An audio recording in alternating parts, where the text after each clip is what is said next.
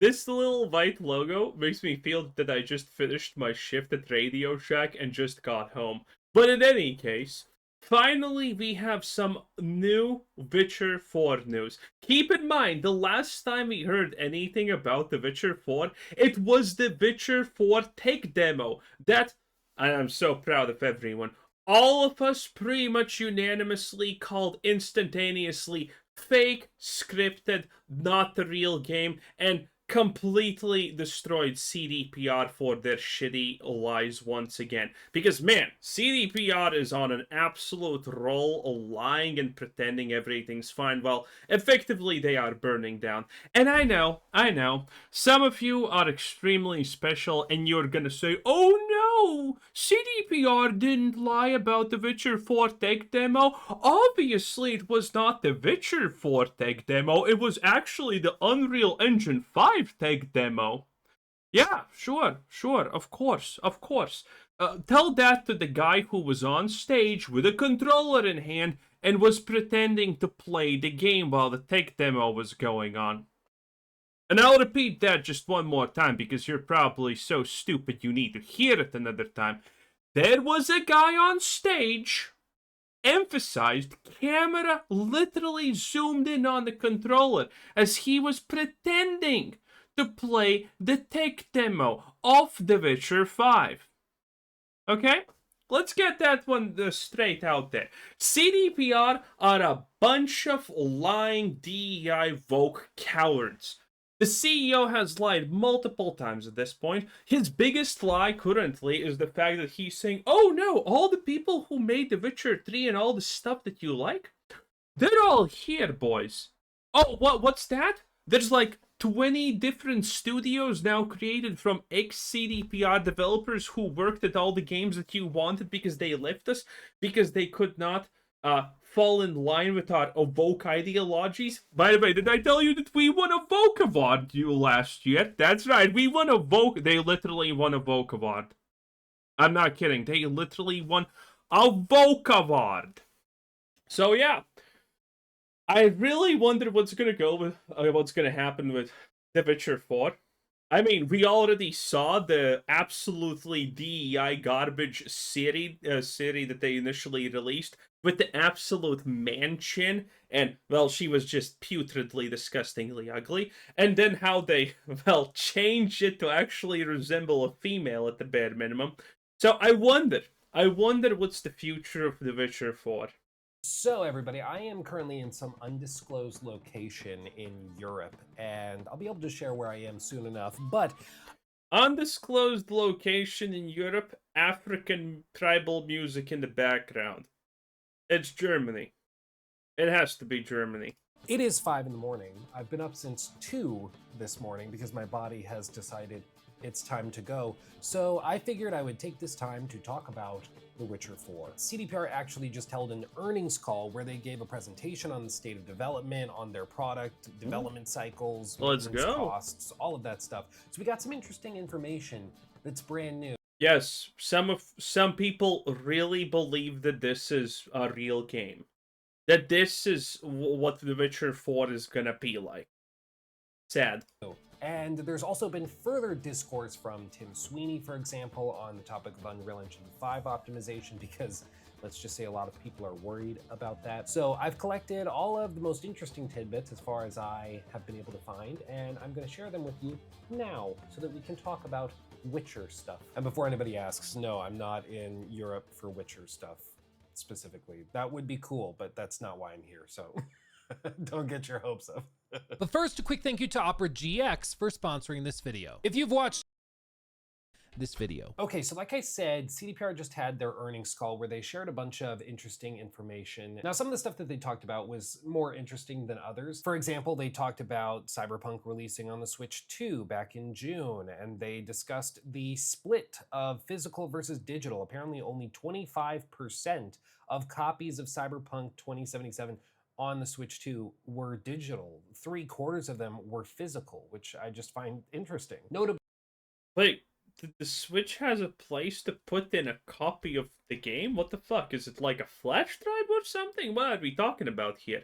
They did say at the time that the entire game was contained within the cartridge, which is why their margins on it were actually tiny, because they had to like upgrade to a higher capacity SD card, whatever you call those Switch cards. It's just interesting. But they did refuse to say how many copies they sold. Make of that what you will. I'm not sure how many people are playing Cyberpunk 2077 on the Switch too. The Switch is popular for handhelds, but again, it's like the Switch too. It's literally made for like semi-rich people or people who take gaming really seriously. So it's not the hugest. It's definitely a reasonable market share, but it's not the hugest.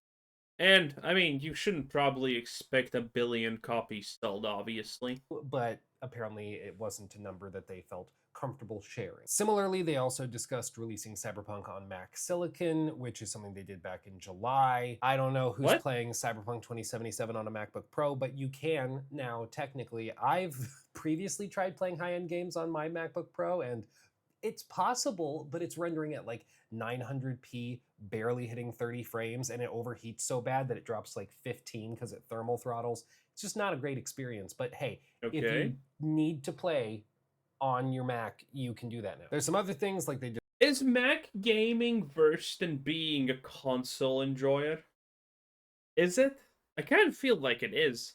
Discussed Cyberpunk Edge Runners 2, adding Cyberpunk 2077 to the PlayStation Plus Premium and Extra catalog. But then they got into the nitty-gritty information that I'm particularly interested in, and that is development teams working on other stuff. So specifically, Witcher 4, which is Project Polaris, originally announced in 2022. It entered full production in October of last year, and since then they've just continued revving up the number of people working on it. And at this point, it's actually gotten to a pretty significant level. Back in April of this year, they had 422 people working on the game. Now they're up to 444 just on The Witcher 4. They also have... Okay, so overall it's just 10% more people. That's good. So things are being made. 96 people as of April 30th working on Cyberpunk's sequel, and that number has increased by 20 up to 116. They've also expanded their other teams, such as the ones working on Project Sirius and Project Hadar, and their shared services teams and other projects have also grown. Overall, their development teams have increased to just under 800 team members, which puts them on the larger side as far as developers are concerned for this many projects. There are some other studios, for example, like Saber Interactive, who did like Space Marine 2, and they do a lot of other games. But those companies have like thousands of employees, and they work on dozens of games. I mean, it's like kind of ridiculous if you ever look up how many projects they work on. Same thing, for example, with like Virtuos, which is the team that did the Oblivion remake, remaster, and they also work on a bajillion other things with like 4,500 employees, but it's because they're a contractor, so they do smaller stuff for a bunch of different games. But this is a team that is making all of like 4 games at various stages of development, and they're trying to do it on a very, very high level. And oh, okay. I'm not sure where he's getting with this currently, but okay. I mean, we know, Luke. Are you okay? It definitely puts them in the larger category as far as AAA developers are concerned, working on these types of projects. To put it in... Wait, no, it doesn't. Blizzard eclipses them. Bethesda eclipses them. CDPR is actually, as far as I'm concerned, one of the actual smaller development teams when it comes to AAA development. Okay, listen. 10,000, I think something like 13,000 people worked at Diablo 4. Yeah, it's insane. Perspective, as of the end of 2023, it was estimated that Bethesda Game Studios had 450 employees across their various projects that were working on things like not just Starfield, but also other projects like... Bethesda has more because they have The Elder Scrolls 6. So this doesn't actually count, I guess, because they have outsourcing now, especially from Microsoft and other things. We don't really actually know how Bethesda really handles shit currently. And their since they got acquired by Microsoft games and Fallout 76. And so I think that's a fairly fair comparison to draw in terms of the size and number of projects that they're working on. But in the case of CDPR, they have almost double the total number of employees as they are scaling up bigger and bigger and bigger. And it's possible that like BGS is also scaling up. We just don't know. Now, one of the interesting little Yes, BGS is scaling. I talked about it. Everything is kind of currently pointing in the way that Bethesda is gonna scale, because there is no way Microsoft is gonna allow them to just, release Fallout 5 or, whatever the fucking, or Elder Scrolls 6, like, in 5 years, and then 15 years later, it's gonna be the next installation of whatnot. Now, that shit is releasing from each other probably in a year or 2 year stops, and they're scaling up, and they're outsourcing things like crazy, probably, currently. That would be my guess. Because Microsoft is not happy with Bethesda. They're not happy with Blizzard also. They bought Blizzard. They effectively spent $100 billion to acquire these two companies, and these two companies have literally delivered, well, Diablo 4 and Starfield. If I was an investor, I would be fuming. I would be fucking mad. I would want to fire someone so hard.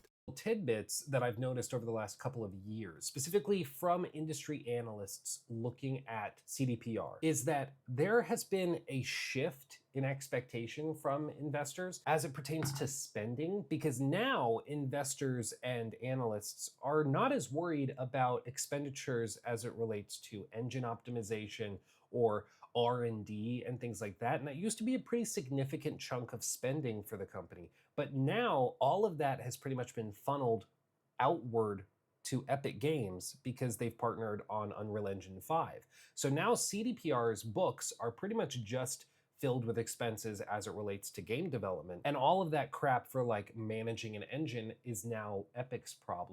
That also actually would be in the budget for game development, Luke. I'm so happy that Luke and I share technically the same type of degree from, university and shit. But Luke's an absolute moron, so it is what it is. But I mean, he won life. He was born an Epo, baby. So, it is what it is. And the problem of like other corporate partners they have, like Nvidia for ray tracing stuff within Cyberpunk, or like I'm sure that Nintendo helped optimize Cyberpunk for the Switch 2 and things like that. So I think it's really interesting to see that the shift towards Unreal Engine was not just a matter of pragmatism, being practical, like, hey, we can hire people right out of school that know how to use the tools because everybody gets trained on Unreal Engine. That's a part of it, certainly a component. Hey, look, watched my literally yesterday's video where I talked about it. Good job, Luke. You're getting smarter. Or like the idea that Unreal Engine, it's popular, people know about it, retail investors know about it, so that can help too. But it's also just on a very practical level. Game development is so weird because it's art and it's engineering. It's not just like build a bridge that's functional. It has to be pretty, it has to be thought-provoking, sometimes it has to be emotional. Like it's two sides of very different coins at the same time. Okay, what the fuck is this? Does he want to be whimsical or something? What is this? Okay, let's switch to this. Okay, whimsical shilling is not my cup of tea. A big component of it. Now I want to talk a little bit more about this Unreal Engine 5 partnership that they've got, and I want to go back to that demo. God, I actually fucking see this and I instantaneously hate what I'm seeing. Not because she's ugly. They made Siri at least a big component of it. Now I want to. They made this Siri is fine. Okay, they still could have done a better job in my opinion. But hey, this Siri is absolutely fine. But this Siri is also not a hero. This Siri is a fucking villain. She doesn't give a shit that people are dying or suffering or anything like that. She doesn't give a shit. Like, if you analyze what's happening with the stuff that they're saying, they're doing, it's like Siri doesn't care about humans. She's literally like, let me just kill this cave troll because that seems fun. She's not a hero. She's not even an anti-hero. She's just kind of evil and vague about everything else. It's like I don't want to play that. Like, why would I want to play as an evil woman? It's really bad. talk a little bit more about this Unreal Engine 5 partnership that they've got, and I want to go back to that demo that they released a couple months back. You remember this? It was the State of Unreal Engine 5.6 tech demo that they did. It was about 6. Yes, which was called the Witcher 4 tech demo. Yes. Yeah, we remember. The Witcher, which was called the Witcher 4 tech demo. Thank you. 16 minutes long, and it showcased some tools that they're going to be using in The Witcher 4. The important thing about this, though, that is crucial to understand is that they have said, like... Is that a guy in a giant hamster wheel? I'm sorry, did I not? Is that they have... It is! Look at this. The important thing about this... It's a guy in a giant hamster wheel. Though, that is crucial to understand is that they have said, like, 15 different times that this is not The Witcher 4. This is a tech demo showing tools they will use in The Witcher 4. And that's crucial to understand because they're not claiming that this is like... I wonder if they did use hamster wheels like that, because a hamster wheel like that is probably less efficient than a double pulley system, so... I mean, I have never heard in the history of giant hamster wheels being used, and I'm assuming they're lifting shit, but again, why would you just not use, like, a double or triple pulley system that a child can fucking lift a 1 ton with? I mean, damn. A level you will play. They have built this from scratch to showcase and demonstrate what is possible within The Witcher 4 and what tools they're using. Wait, this is shilling. Let's hear this all again. 4. This is a tech demo showing tools they will use in The Witcher 4. And that's crucial to understand because they're not claiming that this is like a... Luke, you said that this is not what we're going to see in The Witcher 4. What do you mean? You said... Luke was one of those people that instantaneously rose to the defend of the multi-billion dollar company and said, oh, no, this is not what's going to be in the game. And now he's saying it's in the game. Shocking. Luke is shilling. Level you will play. They have built this from scratch to showcase and demonstrate what is possible within The Witcher 4 and what... I don't know if people are just fucking stupid or what's going on here. Because if you're making a tech demo that's showcasing what's possible in the engine, and then your next sentence is, this is possible in the engine, but this is not going to be in the game because it's impossible in the game. Wait, like, what do you fucking mean? So, can the engine do this or not? Why are you saying that this is what the engine can do, but this is not what's going to be in the game because the engine can't do it? Like, how do you make these sentences? Do you just not filter what are you saying? This actually gets me kind of mad. Tools they're using. So it will probably look like this. It will probably feel like this because this is sort of the sizzle reel. This is what they're targeting. This is what they're shooting for. But it's important to understand that this is a tech demo. There are some things that we've seen in here that probably will not make it to the final release. For example, there's the one point where Ciri is walking through the crowd and then she bumps into this dude and... Look at this. Look at this. Here you can see it. The guy with the joystick that's pretending to play. He drops a crate full of apples. The apples... It even zooms in. Fall and roll down the hill, and when this... I'm sorry, but again... Oh no, this is not what The Witcher 4 was supposed... We're not gaslighting you at all. Happens, a kid runs over and picks one of these apples up, and then the pigs break out of their pen and also run up the hill to eat the apples as well. Like, that's... Yes, this is very possible. Just shut up. Cool. That's a cool detail. But let's be perfectly honest with ourselves. That's probably not going to be in the final game. If it... Probably. It is, that's cool. If it is like, hey, if you just are walking down the street and you bump into a dude that's carrying something, he'll drop it. And then there's different behaviors for all the NPCs and animals where their behaviors will change and they'll go do things based on what he was carrying and if he dropped it. That's cool. But like, let's be perfectly real. That is a sizzle reel ideal. It's probably not something that's going to be built out dynamically across an entire like open world. So why show it? Everyone know that's fake, so why fucking show it? Also, again, it's a recording. The guy with the controller who's pretending to play is not actually playing.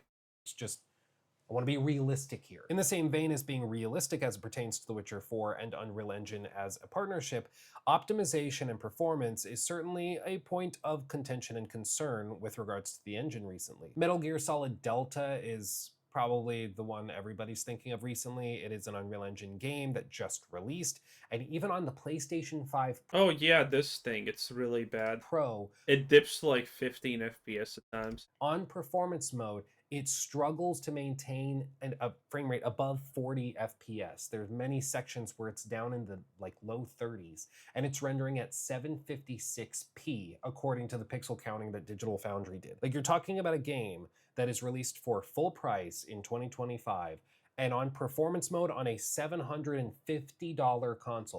It's a PlayStation game. What do you exactly want, honestly? Because it just got a price increase.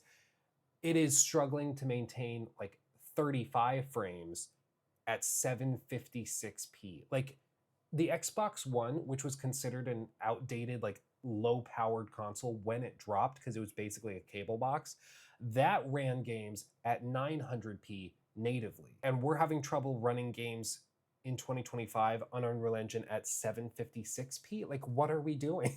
And this has actually kickstarted a lot of debate within the gaming sphere. Like, is this an Unreal Engine problem, or is it an optimization developer problem, or is it both? And honestly, I think with most things, the truth is somewhere in the middle. It's a little bit of both. I think Unreal Engine does a great job and is a very powerful tool set, but I think it's also really good at getting good enough for release, according to like the producers and managers on projects. They're like, oh, so it can run at 60 frames. Oh, it looks like the screen is smeared in Vaseline, or you took a Krispy Kreme donut and rubbed it all over your TV.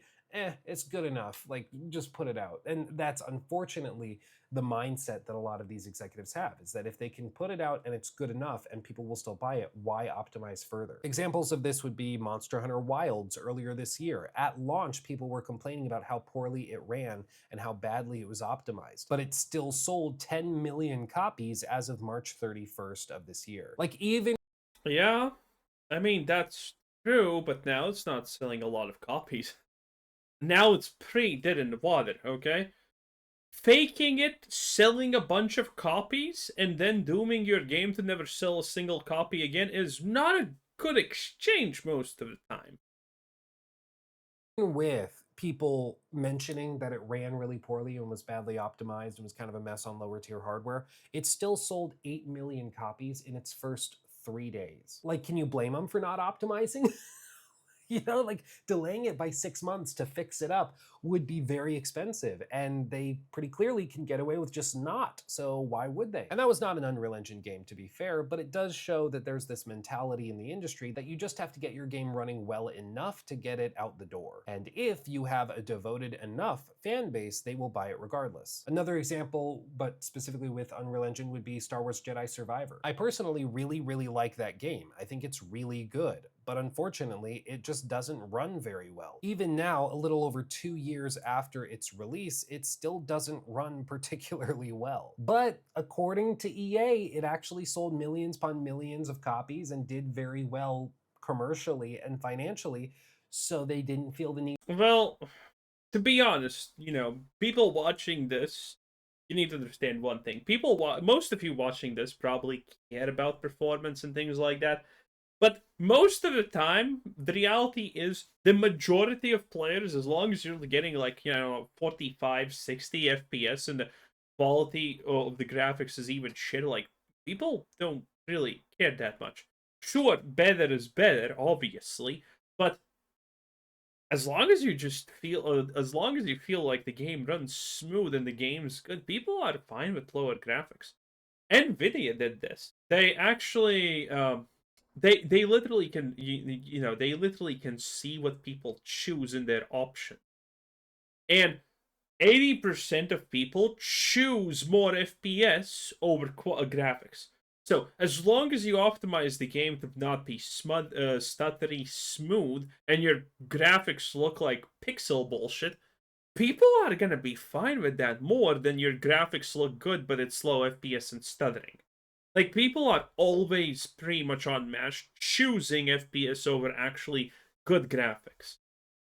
To delay it because they got it running good enough. And even with Metal Gear Solid Delta, we're still seeing that game sell, as far as we can tell, decently well, or even really well in some markets, despite it running objectively terribly, but it's because people are like, yeah, well, it's not important for this type of game, it's not crucial, whatever, hand waving it away. And honestly, so long as that's the mentality that these fandoms have for their games when they're poorly optimized, it's just going to keep happening, because delaying a game by even like 3 months can add tens of millions of dollars to the development cost of it. Like, I think with Assassin's Creed No shit.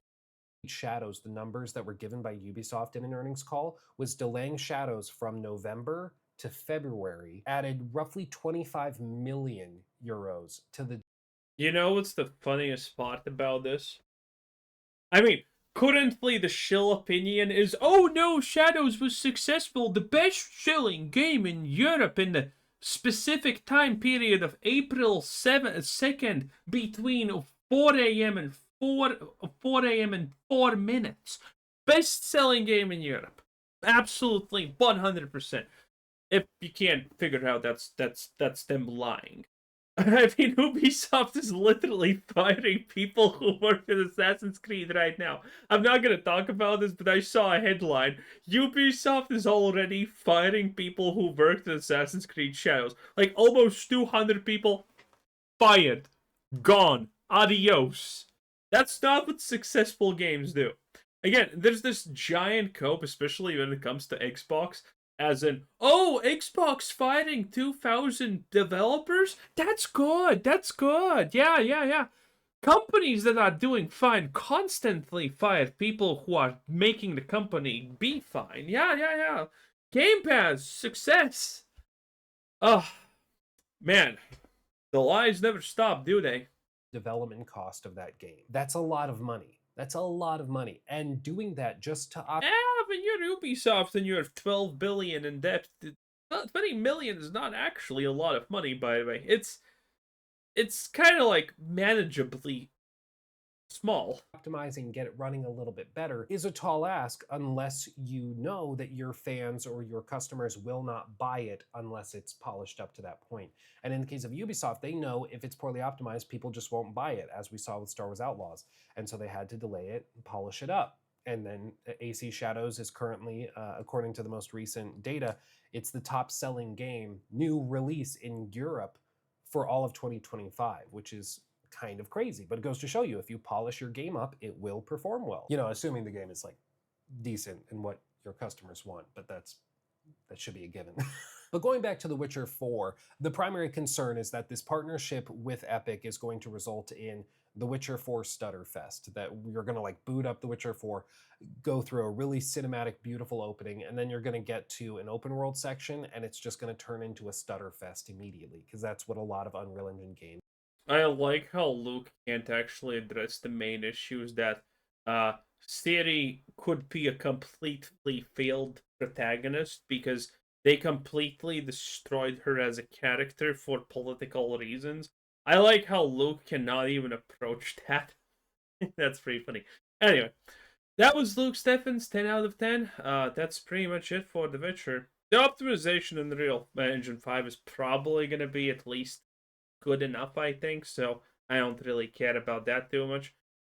It's been a long way away from it, so, you know, it is what it is. Bye!